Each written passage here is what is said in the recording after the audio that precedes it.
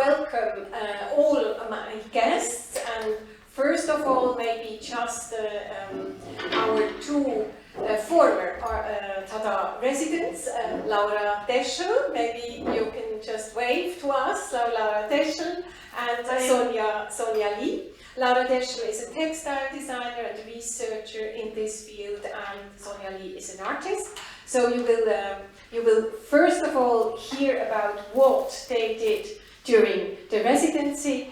Then I'm very happy to welcome Claudia Meile, the textile designer at Tischhauser AG, and then Simon Anaheim, a scientist, researcher and group leader at Empa, and Dirk Hegemann, also researcher and scientist, group leader at Empa. You will go more in detail what your specialities are later. But now let's just go into the presentation of Laura and Sonia, so enjoy.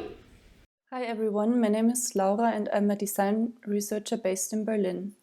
Earlier this year I had the pleasure to participate in the TaDA residency, a memorable experience where I could bring 3 projects to life. Today I will present 2 of them, one in collaboration with TISCA and one in collaboration with Empa. Let's start with the TISCA project. I call it Unwinding Boundaries Through a Material Dialogue. This piece of work started from my experience at the TISCA production halls. I was amazed by the noise of the industrial looms, collectively producing sounds of resonance, while all of them created their distinctive woven fabrics. I had worked with manual looms in the past, but never got to use the full potential of industrial weaving, where programming can unfold a full new range of possibilities.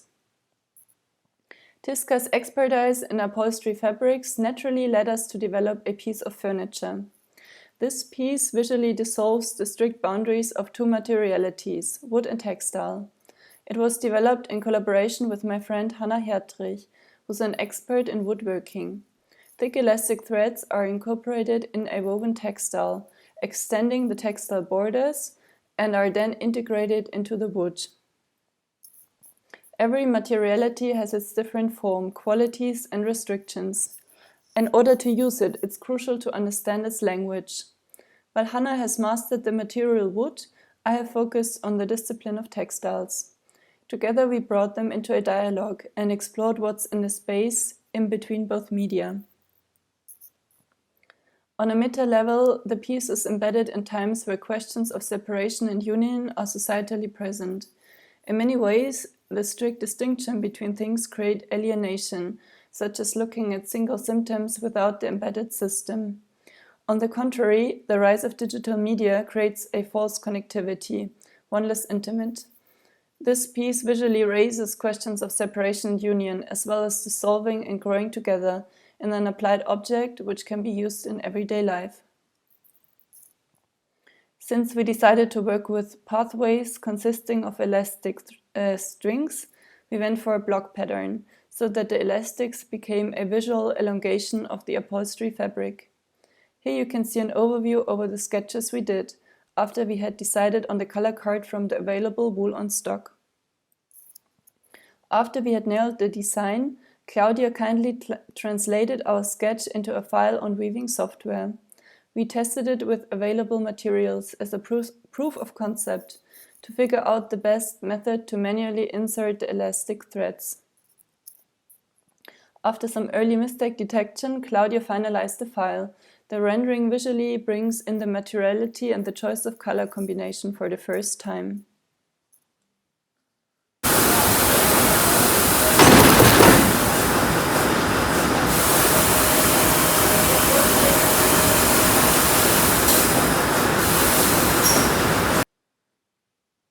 For the final piece, we had to swap the green against the yellow. Here you can see the production day, when the loom and I alternated our tasks. The loom produced the textile in speed record, and I added the elastics manually. Well, not in speed record. As you can see in the video, we programmed the machine that it would show a mistake and stop, so I could manually insert the elastic threads after a few rows of wool. The second project I call Breathing Senses. It's in collaboration with today's host of the event, Empa. I was particularly excited about the possibility because the project resonated so well with my own field of interest, which is therapeutic textiles. Together with an interdisciplinary team at Empa under the lead of Simon Annaheim, we worked on a first prototype for a garment that observes changes in human breath. Against the backdrop of an aging society with continuous rise of the above 65-year-olds and the spread of diseases of civilization due to modern lifestyle, the healthcare sector is facing a challenge to meet the demand of appropriate care. Smart garments can monitor the status of a patient, either in the clinical setting to support staff or for patients in their homes. The garment has an elastic, tight fit. On the front, you have two knitted conductive sensors running across the chest and the belly region. The print, which has been enabled through the TaDA partner Lobra, is a visualization of clouds as a symbol for human breath. Images have been digitally manipulated and colored, which resulted in a graphic pattern. To connect the sensors with the technology, which was needed for the garment, I developed a conductive embroidery, which Sauer Museum in Arbon kindly produced for me. While only one small step line is conductive, I used non-conductive embroidery yarn and embroidered on top of it for it to stay in place. The pattern of the embroidery was taken from the form language of the shirt's graphic print. Here you can see a team picture of the interdisciplinary setup of both Empa scientists and me. And the graph in the background visualizes the breath curve. Feel free to reach out to me and connect after the talk. You can find me on LinkedIn under my name or on Instagram @drückpunkt. Thank you to TaDA and my collaboration partners, and I'm looking forward to the discussion now.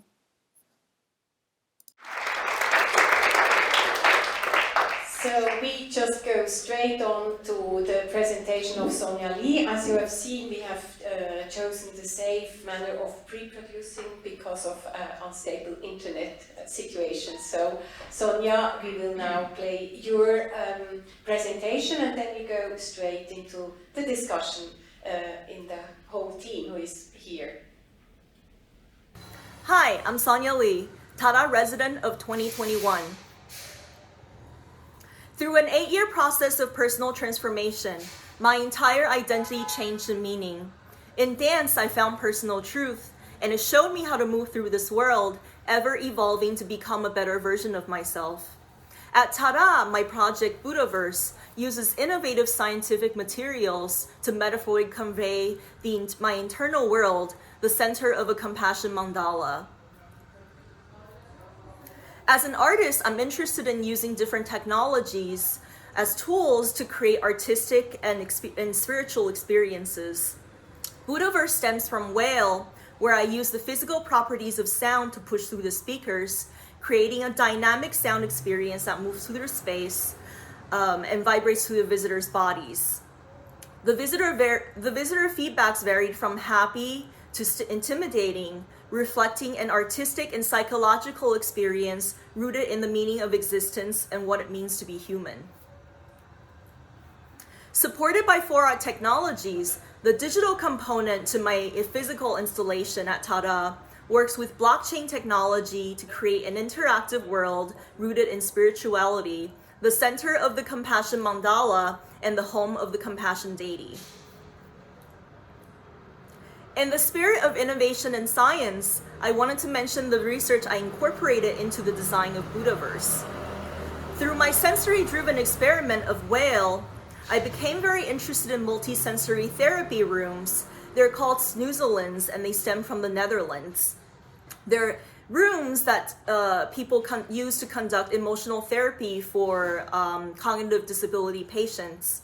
The concept of these rooms have to do with giving the patient a sense of control over their surroundings for emotional wellness.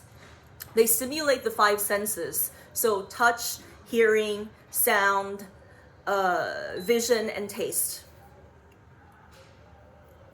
So in the case of Buddhaverse, the physical installation, I create the center tent around on my research in multisensory rooms, providing a soft space that feels soft and nurturing, and use soft, tactile materials within the installation to stimulate the senses.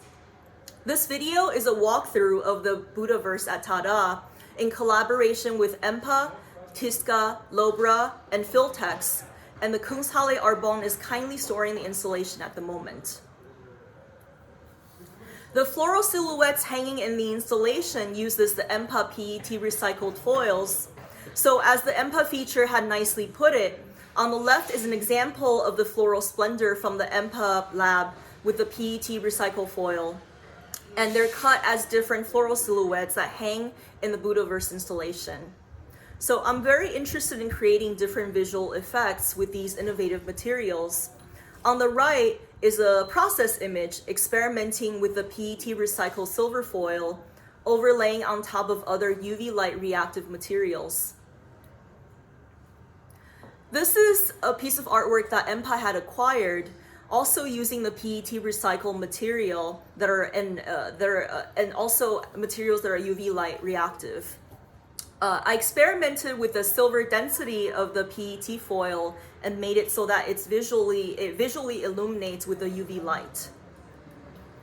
So here on the left is the funny moment where I couldn't get the giant roll of grass that Domenica from TISCA had kindly sent me because it was insanely heavy. So I actually had to cut the entire roll down into pieces outside of the apartment and then transport it all into the apartment and into my studio. And on the right is TISCA carpets, laser cut into floral shapes, and which then I spray painted with scented spray paints that are UV reactive. And it's hard to tell, but the black ground is actually the TISCA grass. It's just the UV light makes it very dark. So here's some process images. I used a lot of laser cutting with the PET silver foil materials and the TISCA carpets. So on the top, you can see the PET foil being cut in the laser cutter, and Manuel from Sitterwerk kindly did this huge job for me. And on the bottom, you can see the TISCA carpets cut with laser cut into floral shapes, and a process image of them spray painted.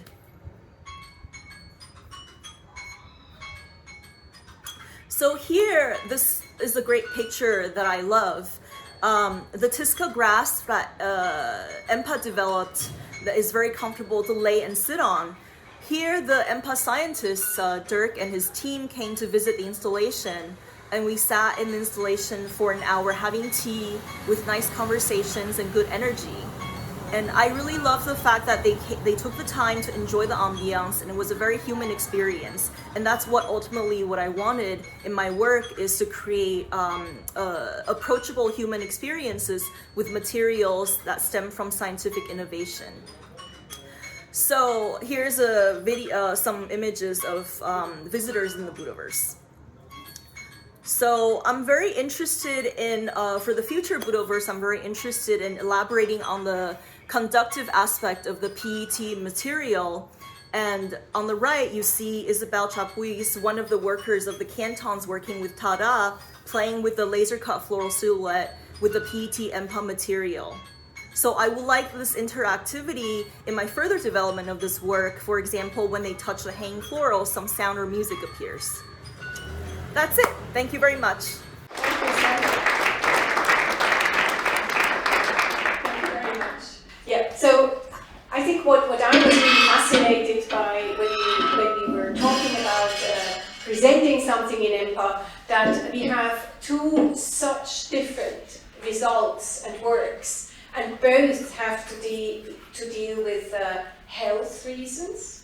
So one has, of course, more a scientific, in that sense, scientific approach. We will talk about it. And the other one goes and uses a lot of technology, but more goes the spiritual way. So I think this is very interesting to have these two positions. So thank you both so much. So I will start with the people being present here. So let's just start with Sonia's work as we have just seen it. So maybe, Dirk, if you could elaborate a little bit how how this collaboration went. Yeah, thanks a lot. First, Sonia, hi. It was really a great time to work with you, and now to see you back. If you come here, they can see you. Yes. Yeah. Okay. Great. Yeah. So, I mean, it was starting a little bit like today, a lab tour, and just by accident we got some metal-coated film left over, and I guess Sonia discovered it, immediately got some ideas what to do with it. And that's a little bit, I mean, as a scientist, you are driven by curiosity. Yeah?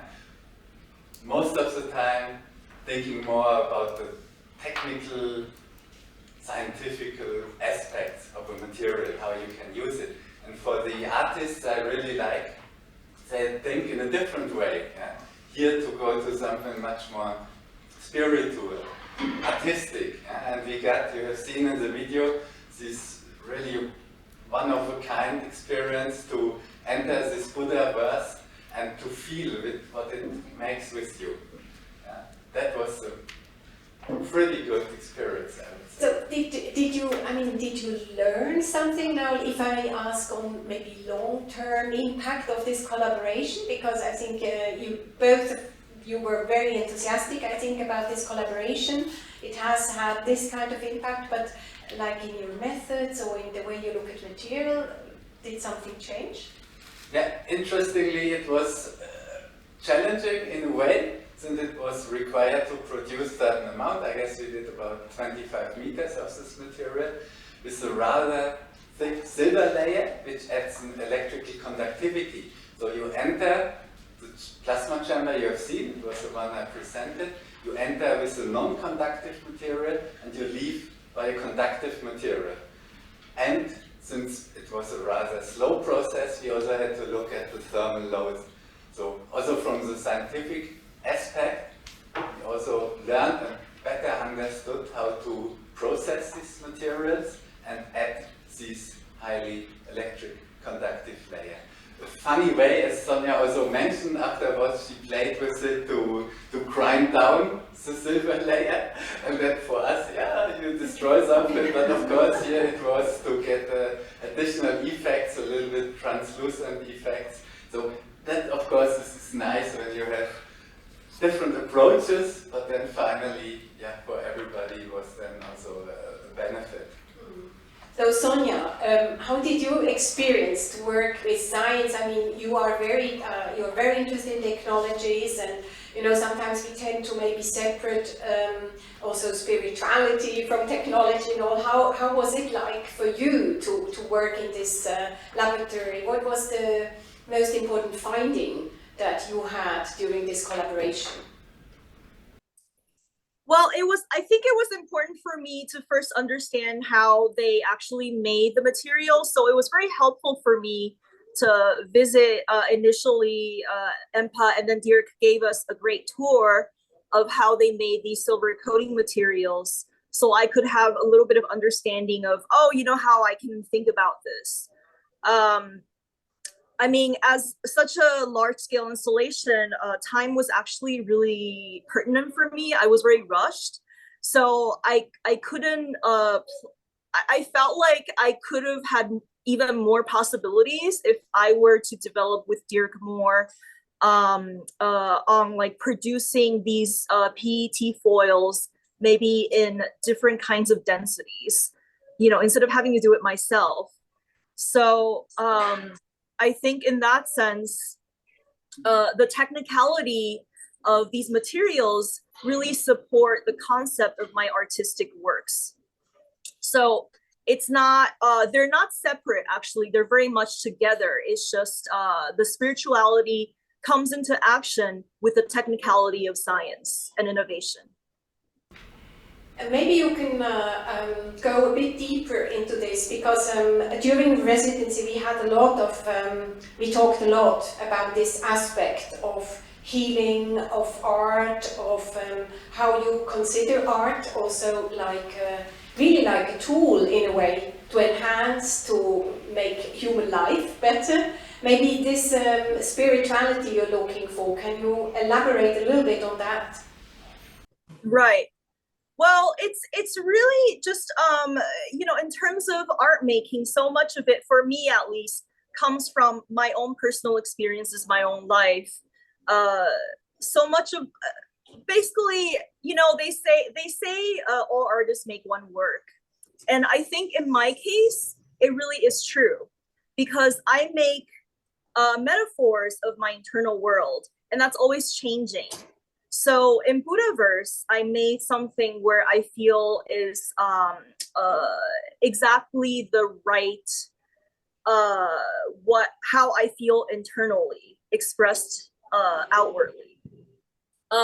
So as an artist, I very much believe in being compassionate and being humane. So for example, I'm currently living in Istanbul, and I have been for a year. And there are a lot of street animals here, and you know, I'm taking care of the street cats every day, and you know, there are a lot of people here that take care of them, but you know, a lot of people also don't think they're living beings, and they treat them like trash. And you know, for me, I just think, you know, like these this is not the way to live.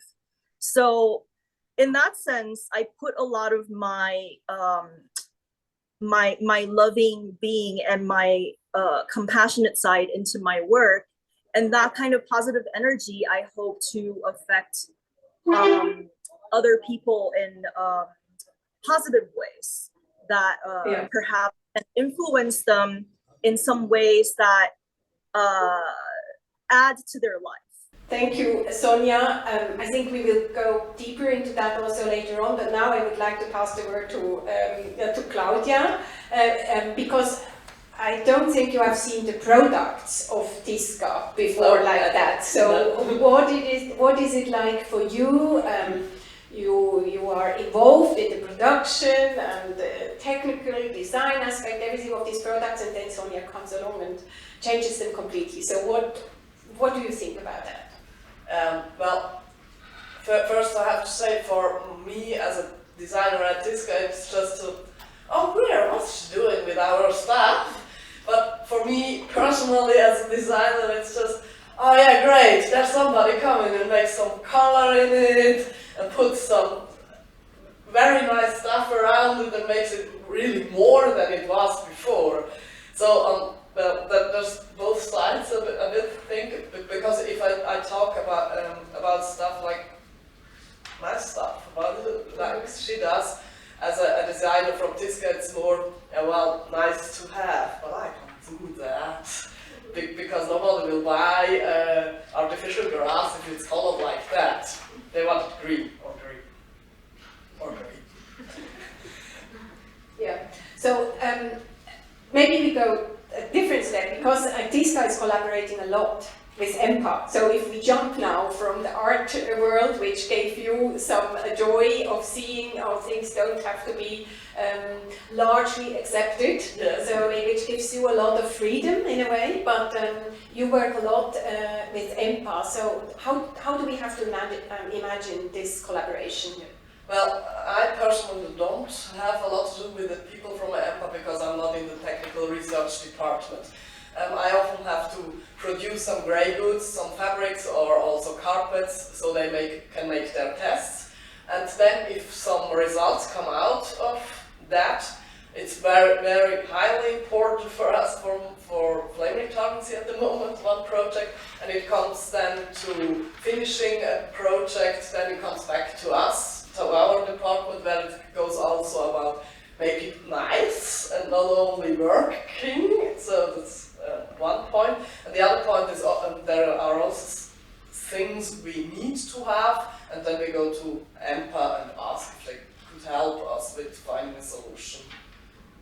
I think this is one major thing. There is an ongoing research, always necessary, to develop whether it's wool or synthetics or mixes of it. So I think it's an ongoing research process. So this is like also ongoing relationship. Now I would like to go to Laura Deschel's collaboration, and I would like to ask Simon about his experience. I mean, Laura has, we will come back to TISCA again, because Laura has had two very distinctive works, but Simon, how did you collaborate with Laura? How did this project go even so far also? Well, I was invited to a meeting by Urs, asking to join the meeting and to discuss possibilities to collaborate and where to bring in our technologies. So I met Laura the first time, and she was presenting her therapeutic textiles. So I already got inspired by this, and it was very close to what we are doing with the smart textiles, the sensing textiles. And I think it was more like a natural match that we went into this already decided to go into these sensing textiles. And I was actually quite fascinated by this collaboration, as from a technical point of view, as Dirk already said, I mean, we are interested in developing new materials, new technologies. However, we are not thinking about how this looks at the end of the day. But what I learned, this is very, very important, because the customers, they're not buying technology, they're buying things that looks good. I mean, you might know that as well. And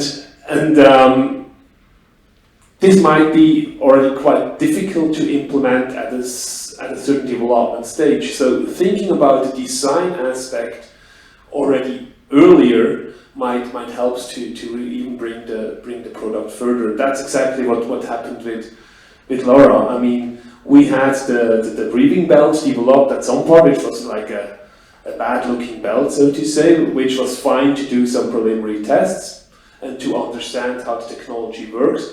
But this was, well, not fine at all to be used with patients. So we had some measurements going on at the hospital, and I took there already the shirt with me from Laura, showing the shirt to the medical doctors, and they were very fascinated by that shirt already, and already started to bring up new ideas, which was not the case when just showing them our belt.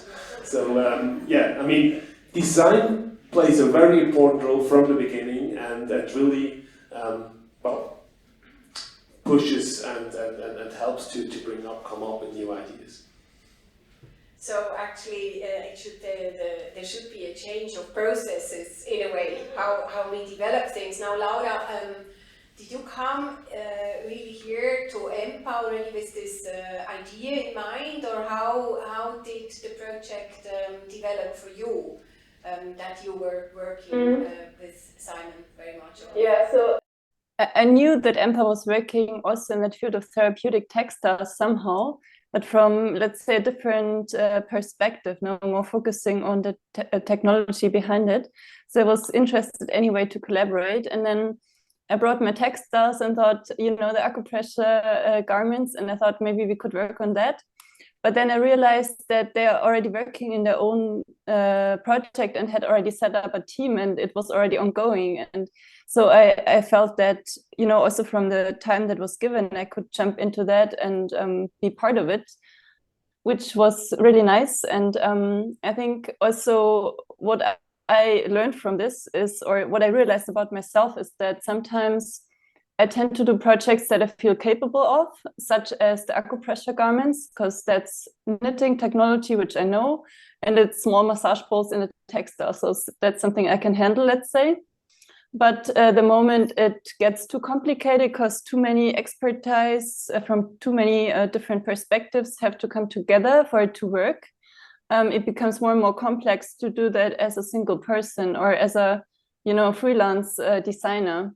So for me, it was really great to have so many different backgrounds together, which I normally don't have. And I think that's where I felt the spark, and also that I wanted to jump into it. And I also really like what Simon said about the piece in the medical field, and that people talked about it. I think that's the beauty of design, or what it can do. It can be a conversation piece, because in the end it's about translating the findings into something that's tangible and speaks to people, and then that's where design can take on that role in a way. So, but again, that means actually in a very early stage to have these ideas how to continue with them. So maybe if we can also, just because you have also collaborate very closely, we leave science for a little moment only, but we go back to TaDA. So how did you collaborate with Laura, and what were the challenges? Were there any challenges? Maybe for you it was all very easy to do. Well, no, there are always challenges. The challenge with our project was, in the end, that we don't have a machine to make the warp how she wanted it exactly in a really good process. So it was kind of a lot of hellish work only to make the warp, and then it was quite difficult also to insert the elastic, I think. I wasn't always at the loom while you were doing it, but I think it was quite difficult, wasn't it? It was quite a lot of work. I tried to say it in a funny way in my talk, where I was saying that the loom produced the Textile and speed record, and I took much longer for my part. Yeah. But what was interesting for me in the collaboration with Laura was especially that she came with a project and then realized, well, we are not doing outer garments fabric. And then she said, well, what you are doing? Upholstery fabric. So I think about what can I do with you to match your board of what you do. Yeah, well, that was quite nice, and I really appreciated that, because we could do what we are strong in. We could do an upholstery fabric in the end. Wonderful, and as we have seen, there is a result in it. Now I think we have seen a little bit, only a little bit. There would be so many more details also to discuss and to see. But now, of course, my questions is definitely, which I will now ask all of you, and I will start with you, Dirk. You know, if you could now, you have made this experience, and if you could wish for a continuation or something which could happen, or which would be a good influence in your work, now considering the experience you made, what would that be? Like a kind of a next step? That's even a challenging question. Yes, you are day by day in a technical work. We have running projects, and of course need to check capacities and everything.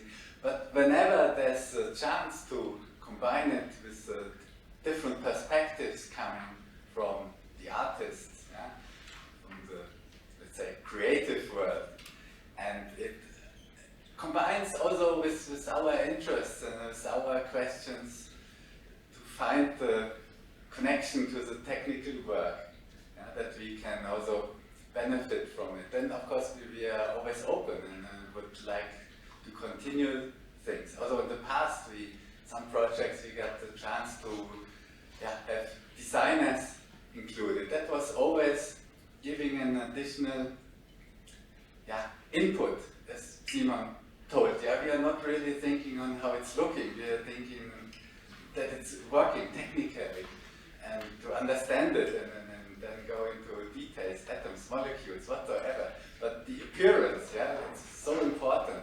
And there, of course, we could learn. And there are for sure many possibilities where it comes together. But micro, we are more really on the materials. And Simon is much closer already to the manufactured product, where design comes much more into play. Most of the time we have partners who take care of it. It could be TaDA, for example, or so. So therefore it's not that often that I'm directly in contact with it, but it was definitely, the view of this collaboration, always a very good experience. So maybe we just pass the word also to Simon. I mean, where do you see the potential of this kind of collaboration? Do you see even a potential of going further, or in what cases do you see a potential of going further?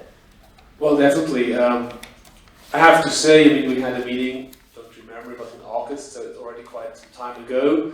I have to admit, it's still on my desk, that we actually decided, the whole team decided, that we definitely think about continuing this activity, which is writing down the next steps which would be required, and then to see how we also could get resources to continue that. I mean, also Laura said that she would be much interested also to contribute wherever possible, and wherever she has resources to this project. And as I said, we already got inputs from the medical doctors as well, what would be needed to be changed.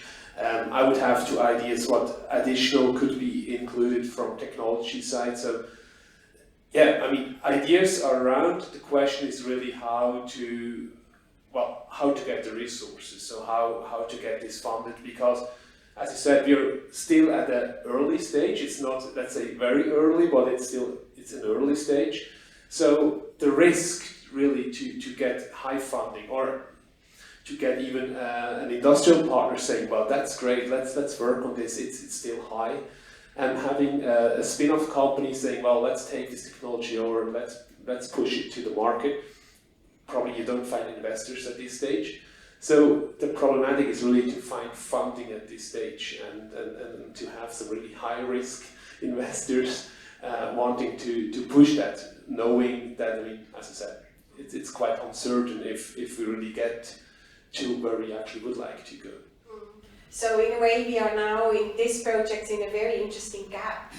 Like, I mean, it could go much further if there was exactly this kind of in-between investment, which is a high-risk investment, of course. But then it could go very far. But there is a risk, of course. There is a risk. So we are in this now. If I go over to Laura, how would your let's say your vision be after the experience you had now here in Empa? So what would your motivation, or where do you see a potential also for your future work as a designer and researcher? Yeah, it's super interesting, and honestly, I have no answer at all. Because I think about exactly the same thing, because what I realize often is that there's maybe funding for very initial stages, so really to come up with an idea such as TaDA. And then there's funding if it's already market ready or sort of on the way to be market ready, but like in between, there's a big gap. And I think that's where a lot of innovation gets lost. Because it's neither nor, and it doesn't fit into any category really. And yeah, I also have that at the moment with my acupressure garments, so it's something that keeps reoccurring. And I don't have an answer to it. I think what would be amazing if corporations in general also hire designers, because that's also something I realized, that many corporations don't have design departments, or very small ones, and if innovation labs were in-house in a way, or yeah, I think that would be a really cool possibility. But for me personally, I don't know at the moment. I just know that I would love to continue this research, because I also know how many iteration cycles you need really to get to a really good solution. But also then I'm always motivated by the potential of what this could mean once it's applied to, you know, the field and the real world in a way. Yes, and there, of course, the question now to you, Claudia. I mean, you are producing fur, so what do you expect from project or new projects, from prototypes that you would get really interested in? I mean, at what stage a firm like TaDA can even take the risk of doing something very different? Well, fortunately, I'm not the person saying, well, we take the risk or we don't take the risk. For me, it's just about, is it interesting, or for us, could it be in our portfolio integrated or something? Yeah. And so far, it's hard to tell, because I realized that for me, it's not like you said, the design part which is missing, because we are designers, we have the design part already on our side, but I always see the restrictions from the market, the restrictions from the production side. What can our looms do? What are they able to do? and what is the customer asking for, and they are asking a lot of fire restrictions and durability stuff. Pricing is also a topic, and well, that's always what I have in mind. Not to look good, that's the simplest point from me. So yeah. Yeah, so I think that could be interesting conversation also to lead on, because that's not the simplest point for the two of you. So this could be something we could continue, but let's also ask Sonia. I mean, you have now done this research, you have used a lot of technology and certain tools to change your material, so where do you see the potential for yourself of continuing in the context of science, or is this like just a one-time experience? How do you see that? What would be useful for you? So this would not be a one-time thing, because actually my master's is in interactive technology design. So I think that has very much to do with scientific innovation as well. It's a very multidisciplinary field. You know, I currently, actually, my biggest problem is that because I am American, I'm not European by citizenship. So I'm having problems getting mostly like working visas. So I'm figuring that out right now, actually. But in terms of developing this work, of course, I would love to develop it. And this is a project that I've had in mind for a few years before I could actualize it at TaDA, actually.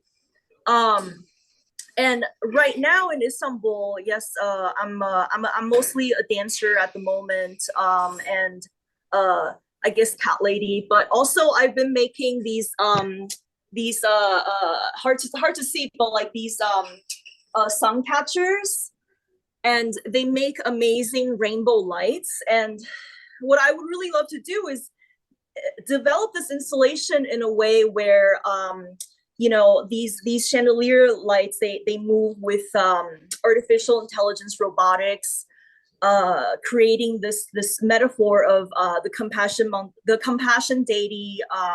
The compassion mandala is actually the home of the compassion deity. So I wanted to make some, and the compassion deity has 1,000 arms to help many beings simultaneously.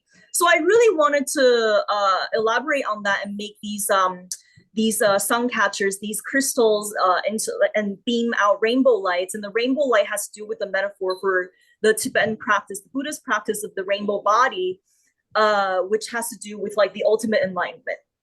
So, you know, that's it. I want this entire installation to be extremely interactive. I want it to be going back to my experience with York and his team, just like people sitting in there, touching things, having conversations, and playing with each other. There are also like photos of the team I didn't show, but like they were playing with the flashlight and they were taking pictures with it. And that was amazing. I think, to be honest, York and his team, that was like my best studio visit ever. Yeah, you know, so it's the thing that I want.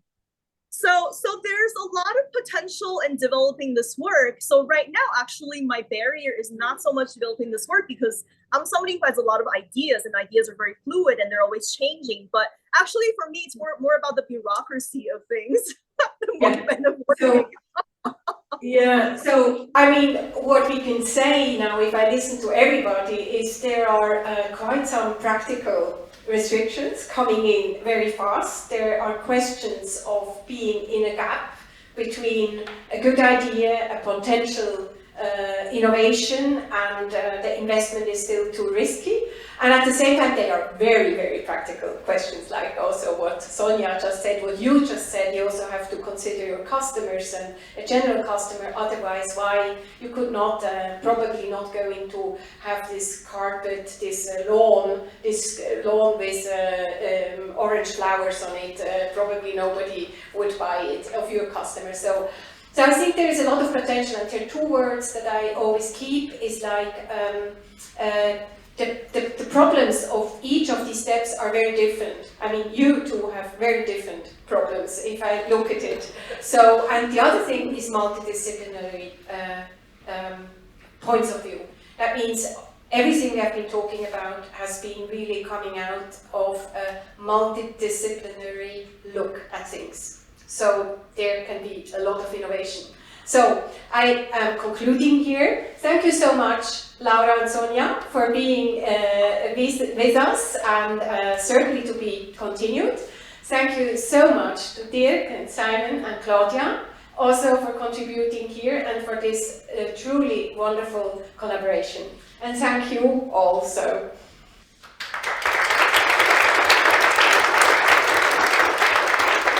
Thank you. Thank you. And we have a little intervention coming. I just slipped my mind. And it's an intervention that's done by artist and designer Stefanie Bechler. You will see during the whole day we will have this little intermezzo. You have seen it on the program. And actually it's interesting that we totally decided on this intermezzi together with René Rossi when we prepared the whole day. We really decided, let's really include the artistic, the totally artistic. Maybe this is always what's lacking. So let's have a look at Stefanie Bechler's The Fates Are Talking, being done in the very first residency, TaDA residency in 2020. The Fates Are Talking was created during TaDA residency 2020. The Fates Are Talking is a contemporary dialogue between the Greek mythological goddesses who assign destinies to us at birth. In German, they are called die Schicksalsgöttinnen, in French, les Parques. They spin the thread of life. Clotho spins the thread, Lachesis measures the thread, and Atropos cuts the thread. For the project, I wanted to explore the textile history of Eastern Switzerland through the work of embroidery and how it has changed. What mechanization has meant for production, but also for the wages of the embroiderer or the puncher. What speed and working on machines have meant for them. I decided to create a large-scale textile installation that would incorporate a fragment of this history and these questions.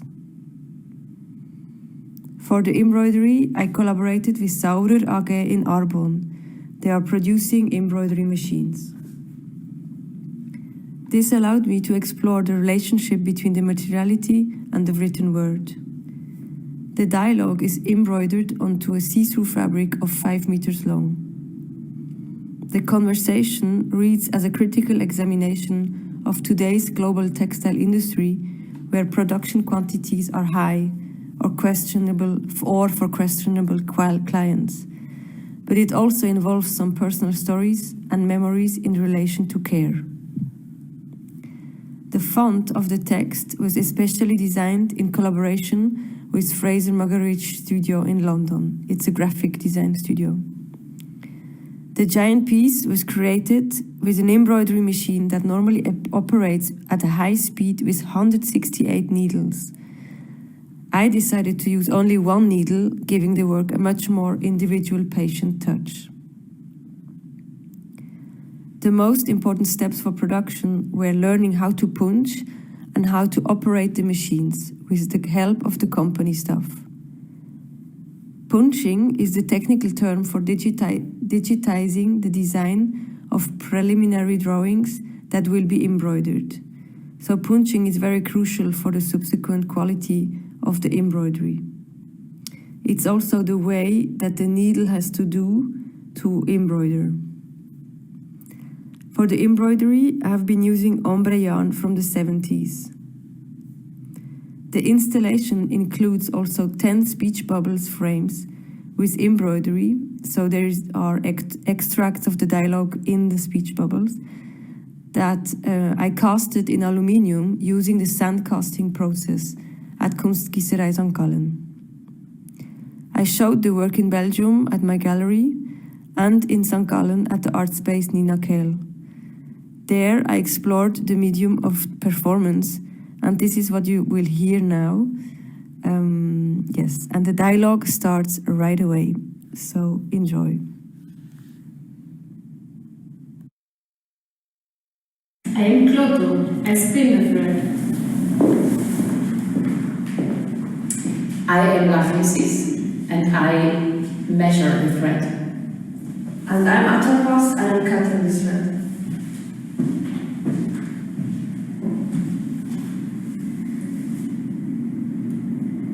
I can spin filament 10 times thinner than hair. What about you, Laphysis? Wow! Can you make 10,000 kilometers of this? Can you do 600 meters per minute? I need 60,000 yards. Yes, stitch it in the air. I can do it with the air spinning machine. You know, the amount of the stitches is forming the price, right? What is priceless are the things that make us live. We only die once. We live every day, and the point of life is to live.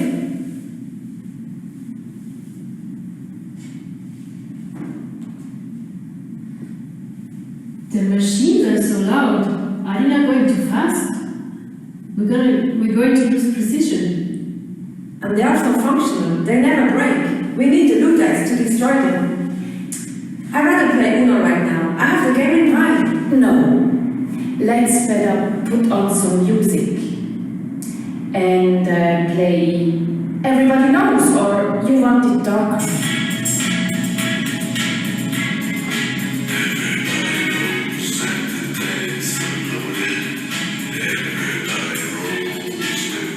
But we have to make that.